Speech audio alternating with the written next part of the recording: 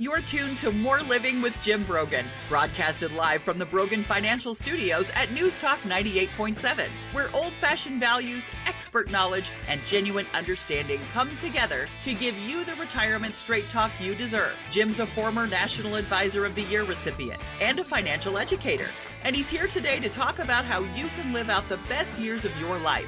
Jim and the Brogan Financial team have been helping retirees and pre-retirees across the Southeast for almost 20 years in their pursuit of financial independence. You can reach them during the week at 865-862-6800. So sit back, relax, and get ready to learn, folks, because More Living with Jim Brogan starts now. Happy Saturday, East Tennessee, on this cool November morning, and welcome to More Living with Jim Brogan, where it's all about living the best years of your life your way. This is News Talk 98.7 WOKI, and you know, retirement will undoubtedly be a time of great change for you. Of course, you'll stop working, and you might start doing more of the things you've always wanted to do. Maybe you'll travel, spend more time at a vacation house, or visit friends and family you haven't been able to see as much. But remember that the world around you can also change, and you need to be prepared. We could see changes to Social Security, tax increases, changing rules, and a greater need for long-term care. A solid financial plan, I believe, is more important for today's retiree than ever before, with all of the kind of convergence of all of the risk factors that are out there in today's world. So whether you're worried about running out of money in retirement, paying too much in taxes, navigating Social Security, educating yourself and creating a plan of action can absolutely help. So if you have questions about your retirement, you're in the right place. Here's what we'll cover in today's show. We'll talk about the Social Security benefit increase in 2022 and what that might mean down the road. And what does that say about inflation? We'll also talk about what women should know when claiming Social Security. We'll talk about how expensive long-term care can get. And we'll talk about the likelihood of changes in IRA and Roth IRA rules.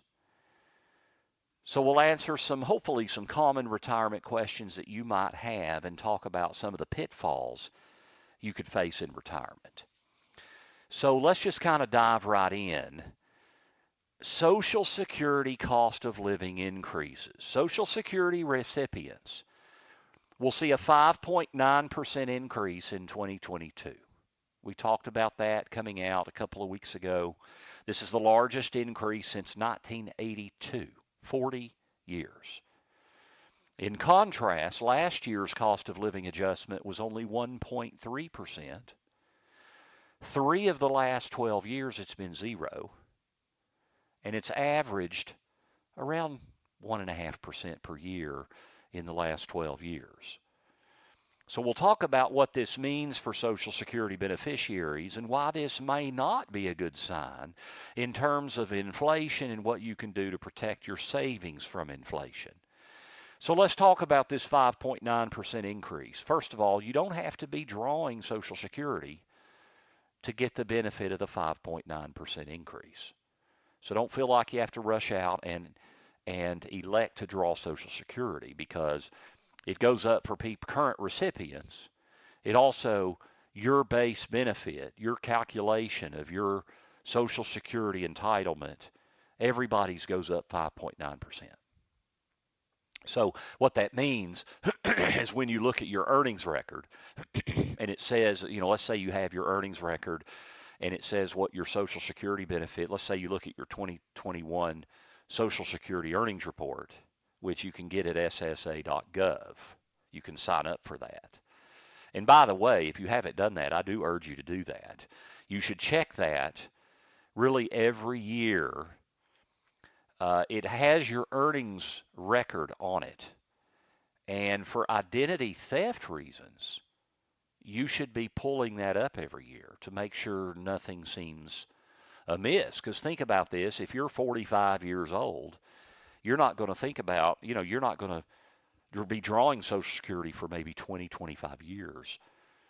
So you don't want to get to age 65 or 70 or whenever you draw, and all of a sudden you find out there's an identity theft issue. But if you look at your earnings report and it tells you what let's say it tells you what your expected benefit is at full retirement age, which if you're born after 1959, your full retirement age is 67. If you're born before 1959, it's going to be between 66 and 67. If you're born before 1955, it's going to be 66. You look at it at full retirement age and it tells you your benefit, that number is going to go up 5.9% next year, even if you're not already drawing. So just be aware of that. All these cost of living adjustments for Social Security do affect your future benefit to the positive. This is the highest cost of living increase in 40 years with Social Security. So the average Social Security recipient will see a $92 a month raise in 2022. But we don't know how much Medicare premiums will rise in 2022. So any Medicare premium increase, if you're drawing Medicare, would cut into this increase. So just be aware of that. And will those Medicare increases be higher this year? We don't know yet. So this cost of living increase is meant to offset the increased inflation that we've seen this year. And of course, inflation has been rearing its ugly head. But with such a large increase, it's more likely that in 2023 and maybe even 2024, we could see no increase in Social Security benefits. So what is the average increase over the 3 years? And will that keep up with inflation? Now, if we look at the Social Security cost of living increases over time, so like since 2000, what has happened? According to the Senior Citizens League, the purchasing power of your Social Security benefit today is 33% lower than it was in 2000. That's for people drawing. That's for you and me that are not drawing.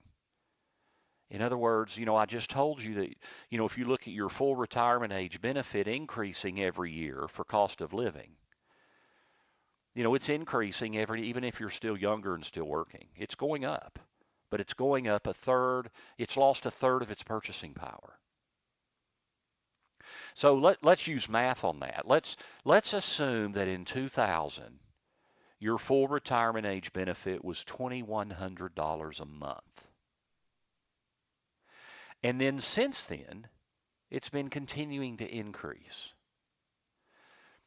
But in relative terms, in spite of those increases in benefits, in terms of what you need to live on in retirement, it's like having $1,400 a month in the same kinds of language. So you could even think about it today. If your full benefit is $2,100, that'd be like saying in 21 years, even with increases, it's like drawing $1,400 a month. And that's happened mostly because benefit increases have not kept up with the cost of living for things like prescription drugs, food, and housing costs. So what this really means, we're seeing more and more concerns of inflation. And as I said, with a big increase next year, that looks good, but that means the following years, because of the way that benefit is calculated, we're likely to see little to no benefit increase for the next couple of years after 2022. But historically, cost of living increases have not kept up with Social Security, have not kept up with inflation. Now, there have been proposals in Congress, but the Joe Biden administration has talked about changing the way they calculate cost of living increases. So we'll see what happens in the future. But I think it's even less likely in the future that Social Security benefits will keep up with inflation in retirement in terms of what you need to be buying. So what that means is your income plan, you're going to need to replace When we retire, we no longer have earned income.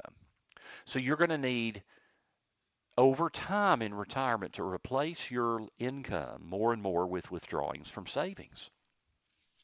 And we have volatile markets, we have lower interest rates, we have risks of higher inflation. So it creates a challenge. But it just means you need a great income plan. You've got to have stability of income in the short term that isn't dependent on stock market conditions. You shouldn't be drawing income from your risk investments. Risk investments that are in the market go sharply up and down over time, and that means inevitably they will be sharply down. And that means when they're down, you're going to have to sell them off and spend that money as income. And you never want to spend an investment loss. It's okay to sell something when it's down and reinvest it, but you never want to sell it when it's down and spend it. So you want to be depending on stability of income in the short term, but in the long term, you need growth. And risk investments give you the greatest likelihood of growth to beat inflation if you can give yourself enough time. So your financial plan has to create time and put time on your side where you don't need to touch those market investments for a number of years. Now, you still can't afford to lose too much in a down market, but you've just got to create a plan that puts time on your side. But I think it's critical to understand that your Social Security income is likely to continue to decrease as compared to cost of living in retirement. Now, I'm not a gloom and doomer on Social Security. I mean, we all have heard the Social Security benefit fund runs out in like 2033 or 2034, and at that point there will be less coming in than is going out. And, what are we going to do? I don't think for you younger people under age 55 years old especially, I don't think your Social Security benefit is going to go away. I think it's always going to be there. I think there could be changes to the way it's structured. They could raise full retirement age. They could change the benefit structure to have more means testing, meaning those in retirement that make more money might have their benefit reduced some or taxed more. But I don't think it's going to go away.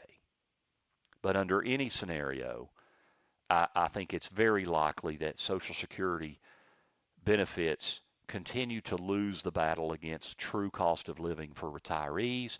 So you need to have a plan for that in your retirement plan. Now, when we come back, we're going to get a little bit more into Social Security, and I'm going to talk about important things women should know about Social Security. So stay with us. You're listening to More Living with Jim Brogan right here on News Talk 98.7 WOKI. Welcome back to News Talk 98.7's Brogan Financial Studios, where Jim Brogan is coming to you live with important news and advice to help you achieve your dream retirement. Get ready to learn and live. Here's your host, Jim Brogan. Welcome back to More Living here on News Talk 98.7 WOKI. I'm your host, Jim Brogan, and we come to you every Saturday at 9 a.m. and again at 3 p.m. You can also catch all of our podcasts online. BroganFinancial.com. Click on radio. You can hear all our shows, also our Dollars and Cents segments, and our Retirement Minute that runs every week on this station. Now, claiming Social Security can be a bit more complicated for women, but it's just as important to know how to maximize your benefit. You may have taken off time from work when the kids were young or when a parent could no longer take care of themselves. As a result, your Social Security benefit might be less than your husband's or your ex-husband's. Or if you worked for less than 10 years, well, let me rephrase that. You were paid for work outside the home for less than 10 years, right? I mean, my wife, for many of our years of marriage, worked primarily in the home. Maybe the most important job, one of the most, certainly, in America. But she was, that was not earned work in terms of a paycheck that would contribute to Social Security benefits. So if you don't have 40 quarters of earned income, you're not entitled to a Social Security benefit of your own. But this doesn't mean that you get unrewarded in retirement because of spousal benefits. So why can retirement planning look different for women? So one issue is longevity. As you know, many of you know, most of us, women tend to live longer than men.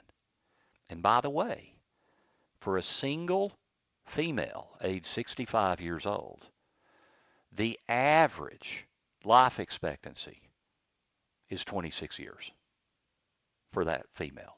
91 years old is average. Not, oh, a few, some of you may get there. That's like the average listener today. That's a lady 65 years old is expected to live to 91.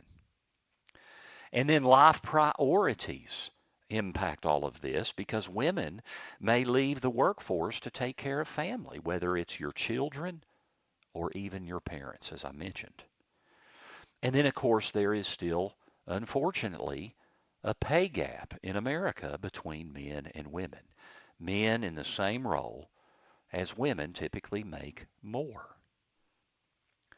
So for women, the decision of how and when to apply for Social Security benefits will be a bit more complicated since they tend to live longer than men, and it is possible that they may receive lower benefits if they've earned less during their working years or have been absent from work for some period of time. And remember, when they calculate your Social Security benefit, they look at your highest 35 years of earnings. So, if you've worked for 25 years, you've got 10 years of zero that are put in there as an average when they calculate your benefit. So, here are some important things you need to know for you ladies out there. One is you get, in any married couple, the lower earning spouse, which sometimes is men, but the lower earning spouse is entitled to the greater of your own benefit or one half of your spouse's benefit. So like we'll use me and my wife as an example. My wife, as I mentioned, spent many years where her primary work was in the home, raising our two daughters. And so half of my benefit is going to be worth more than her benefit.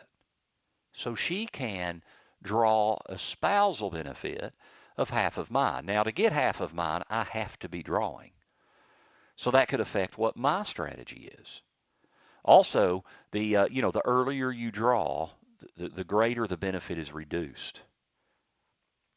And we know we can draw our own benefit. We can delay it to as late as age 70. And those are important things to know because the increase in benefit from age 62 to age 70, everything else being equal, the increase in benefit is over 75%, meaning if your benefit at age 62 is $2,000 a month, at age 70, it's going to be over $3,500 a month, and you're going to draw that higher benefit for the rest of your life. And remember, people are living longer and longer lives. However, the spousal benefit does not increase if you delay it past full retirement age. So that it could affect my strategy of when I draw, because then Dee Dee, if I'm not drawing, if I'm delaying my benefit to 70, she can't get the spousal benefit. She would have to draw her own benefit at 67 at her full retirement age. She could draw hers, but it would be less than half of mine. So she could draw it, and then if I delayed to 70, once I turned 70 and draw it, then she could switch over to the spousal benefit. But there's just no increase in that spousal benefit to delay past full retirement age. So that could affect both of our strategies. Now, if you're currently divorced, you can also claim the spousal benefit if you were married for at least 10 years. You're entitled to the same spousal benefit calculation. And in a divorce situation, your ex-spouse does not have to be drawing his or her benefit. Now, you're going to have to prove that to Social Security. You're going to have to prove you were married for more than 10 years. They're not going to connect those dots for you. Now, widower benefits are also critically important, and this is also important for women to understand, especially if you're the lower earning spouse, Because if your husband delays his benefit, let's say delays to 70, and you say, well, I don't know if he'll live long enough to get the benefit of delaying to age 70. Well, the question isn't does he live long enough, it's does either of you live long enough? Because see, let's say you draw, let's say you're a lady and your benefit is lower than your husband's or your ex-husband's, and you were married for more than 10 years, and you draw at 65 years old, and your husband delays his benefit to age 70 and gets the higher benefit. And let's say your husband or ex-husband dies first. You then get his benefit.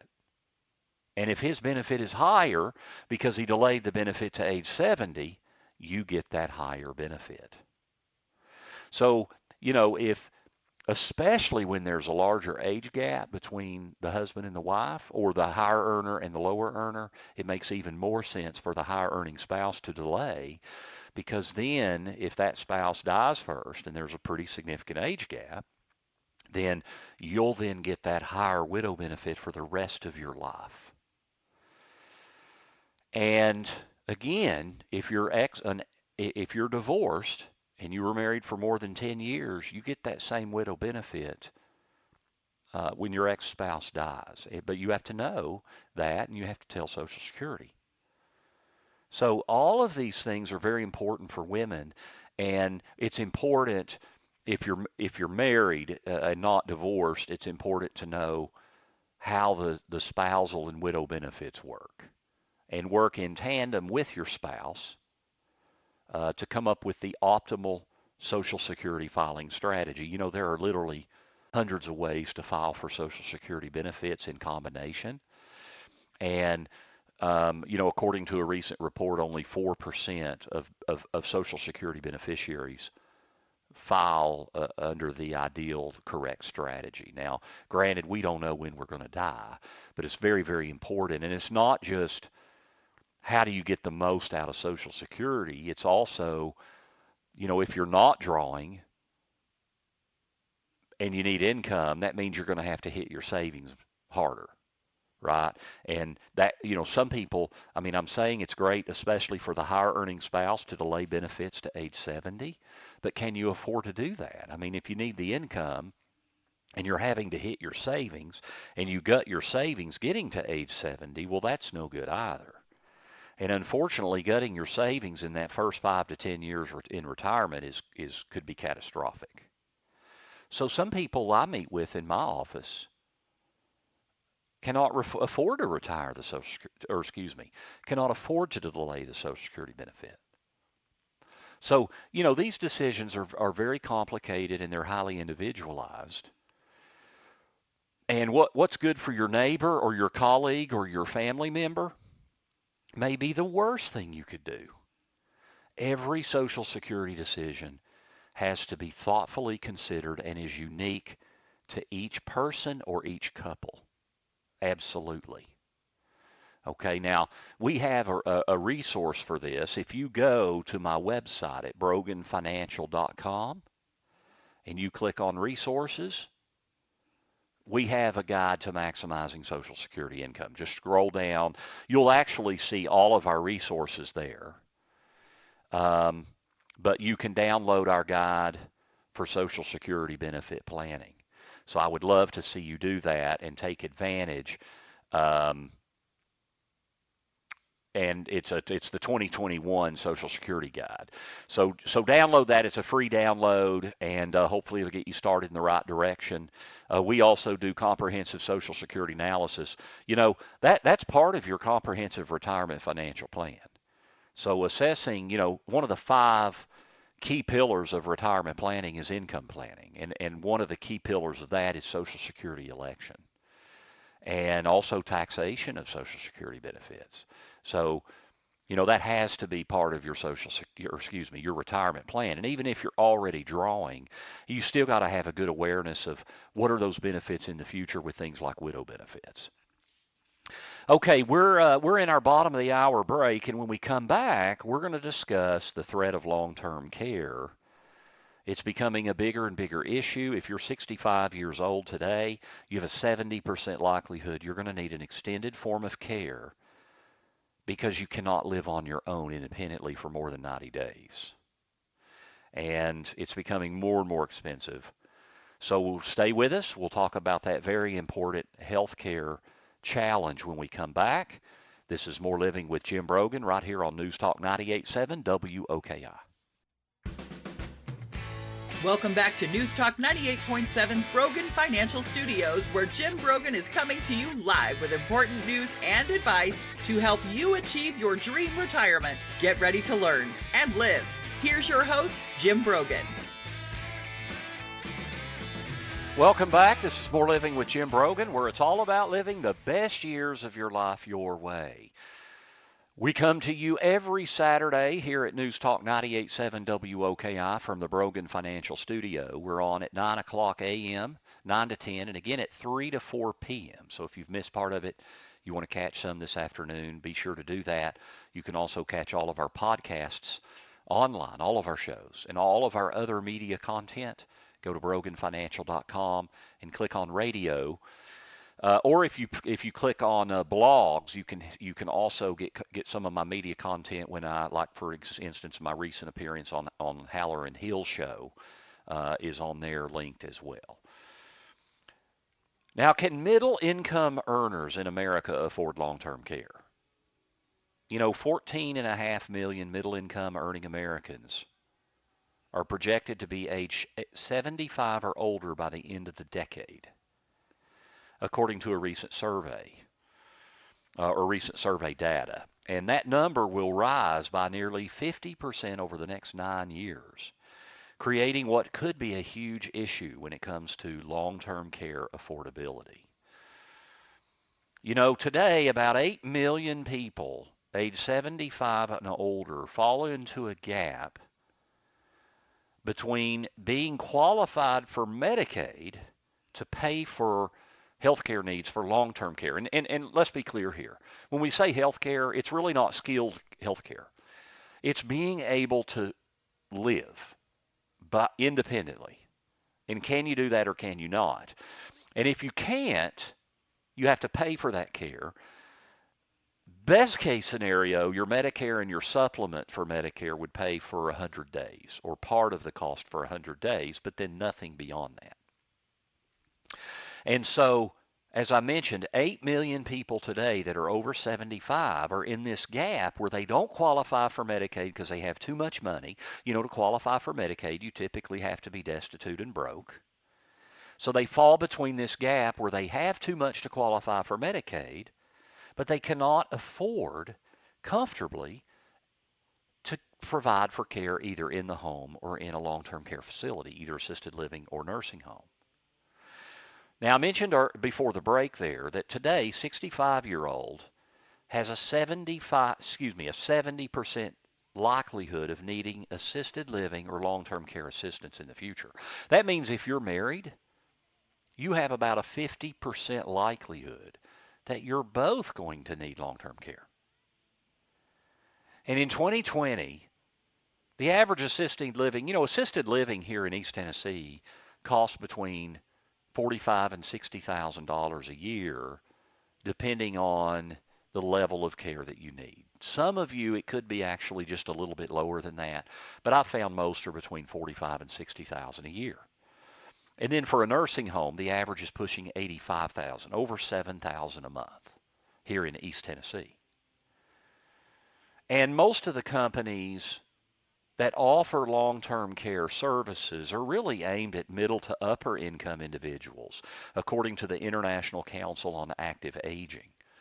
In other words, in order to afford these costs, people have to be upper income earners, some combination of higher income and higher asset base. So of the projected 14.5 middle-income Americans, 14.5 million middle-income Americans, it is estimated that 54% of them will not be able to afford their assistance. So how do you plan for this? I think number one, you need to start as early as possible. Now, there are a lot of different ways to afford long-term care. And yes, insurance is an option, but so is self-funding.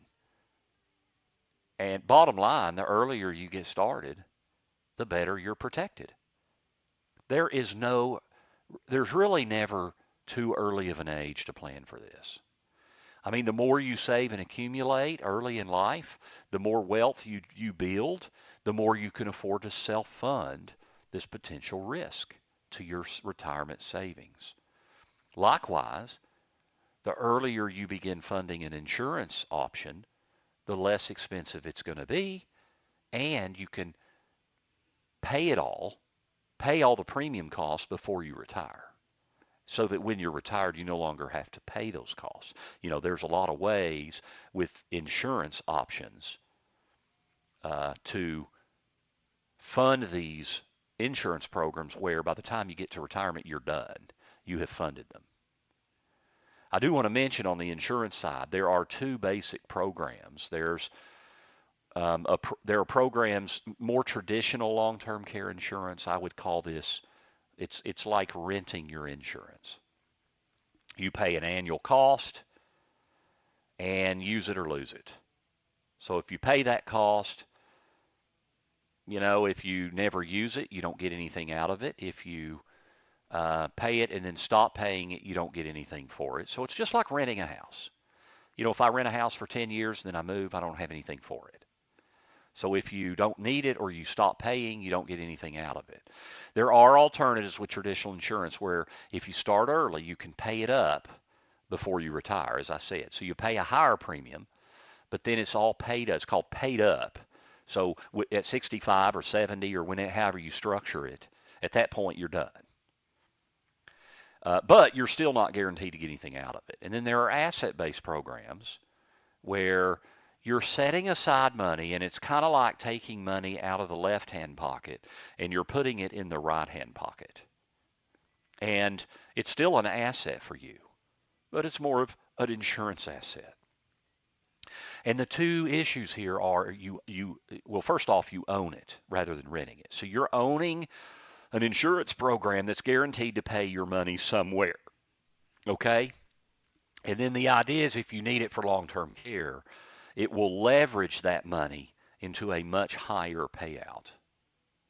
And that's what long-term care insurance is all about, is you're leveraging a smaller amount of money into a much larger amount of money. And the good thing about these asset-based programs is, number one, even if you never need it, there's going to be a death benefit guarantee to somebody down the line, a spouse or your kids. So somebody's going to get the benefit of that money.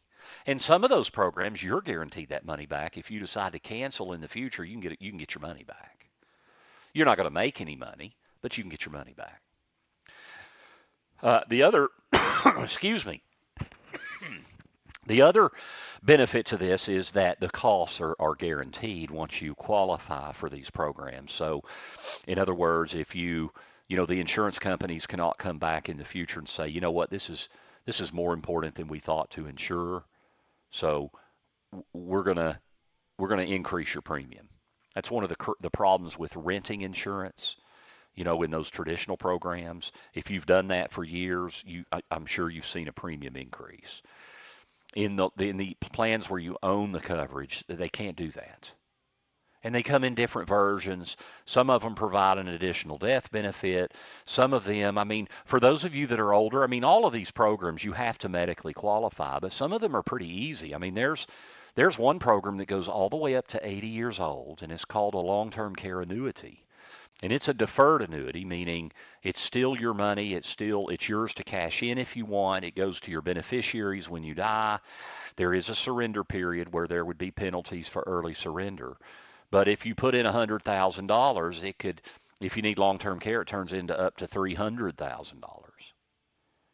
Well, that's some good leverage for somebody who's 78 years old, that as long as you don't have a serious medical issue and you're not already impaired in a significant way, you can probably get that. So there are a lot of ways with these asset-based programs to leverage a small amount of money to potentially pay out a larger amount of benefit. But I say they're asset based and you're kind of moving the money from left hand pocket to the right hand pocket, but can you afford to do that? Because while it's an asset for you, it's more of an insurance asset. And yes, I mentioned that in some of these programs you can get that money back. There's a cash asset there too, but if you do that, now you don't have long-term care coverage.